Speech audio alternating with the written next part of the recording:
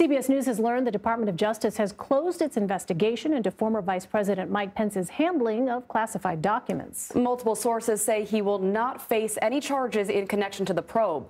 Multiple classified materials were found at Pence's home in Indiana earlier this year. The closure of the investigation comes just days ahead of the former vice president officially announcing his candidacy in the 2024 presidential election.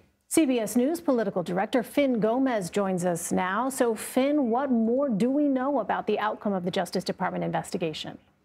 Yeah, Elaine, according to multiple sources, CBS News can confirm that that there will be no charges brought in the classified documents case against Mike Pence. I spoke to someone earlier just this morning who confirmed that directly to me.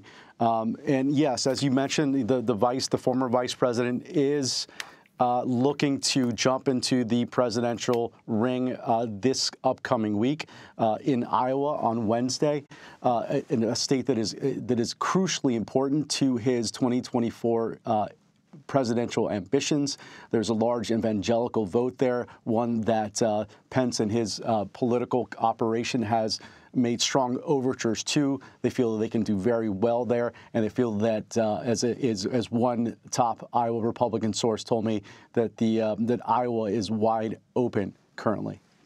And former Vice President Pence is one of several potential GOP hopefuls expected to announce their candidacy next. So how are their candidacies expected to impact the already crowded Republican playing field? That's a great question, and it's really interesting because even a few weeks ago, frankly, there was this sense that it would be a smaller field, and now what we're seeing is a larger field. That we're seeing three likely contenders jumping into the ring, as I just mentioned. Not only Mike Pence, but former New Jersey Governor Chris Christie, and also North Dakota Governor Doug Burgum, all jumping into this race.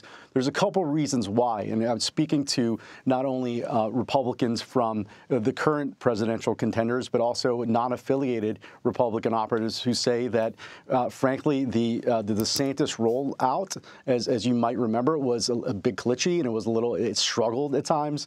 While he's tried to make up ground by going to these early states, Ron DeSantis, the Florida governor, it has not gone as smoothly as some DeSantis supporters had wanted.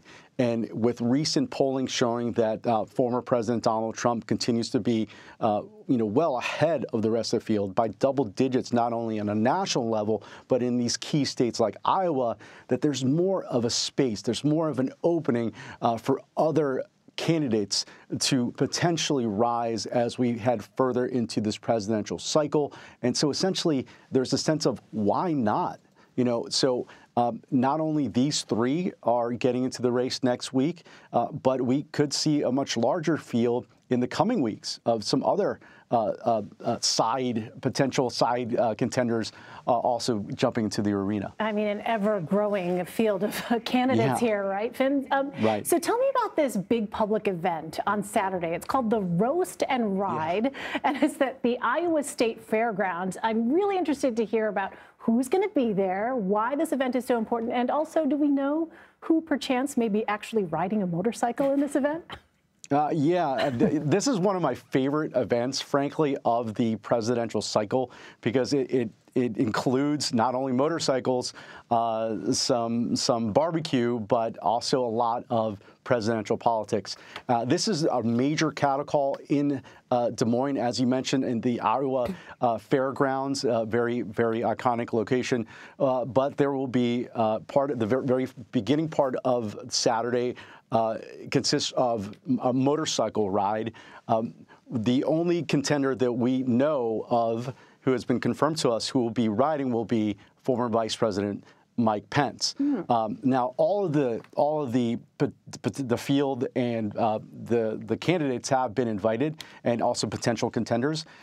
So the majority of them will be attending. The one who will not is the one who's leading the field, and that's former President Donald Trump. But the rest, including Ron DeSantis, Mike Pence, Tim Scott, Nikki Haley, Asa Hutchinson, and so on and so forth, are expected to be there and will be speaking at this iconic Iowa event on Saturday. All right, interesting to watch. Fin Gómez. Fin, thank you. Thanks, guys.